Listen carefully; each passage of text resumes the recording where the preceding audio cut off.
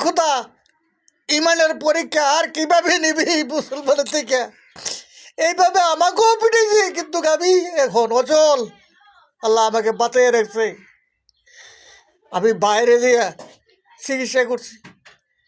আমাকে কেউ একটা ট্যাবলেট কিনে দেওয়ার মতো লোক ছিল না।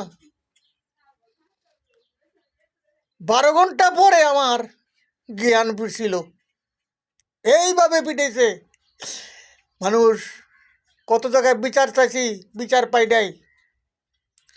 আওয়ামী লীগ সরকারের কাছে চাইছি, বিএনপি সরকারের কাছে চাইছি, জাতীয় পার্টির কাছে চাইছি, যত সরকার আছে 1393 থেকে এই পর্যন্ত এখনো বিচার চাচ্ছি, কিন্তু বিচার করার মতন কেউ নাই। বিচার চাইতে গেলে 5 লাখ, 10 লাখ, 2 লাখ, 4 লাখ, এছাড়া বিচার পাই না। এই হলো আমাদের স্বাধীনতা। কেন আমরা 71-এ পাকিস্তানের সাথে যুদ্ধ করে দেশ স্বাধীন করেছি? সেইটাই জনগণের অপরাধ। এই অপরাধের কারণে আজকে এই মাদ্রাসার ছাত্রটা দেখছেন কিভাবে পিটানো খাচ্ছে। এই হলো ইমানের পরীক্ষা। হেই মুসলমান, দেখ ইমান।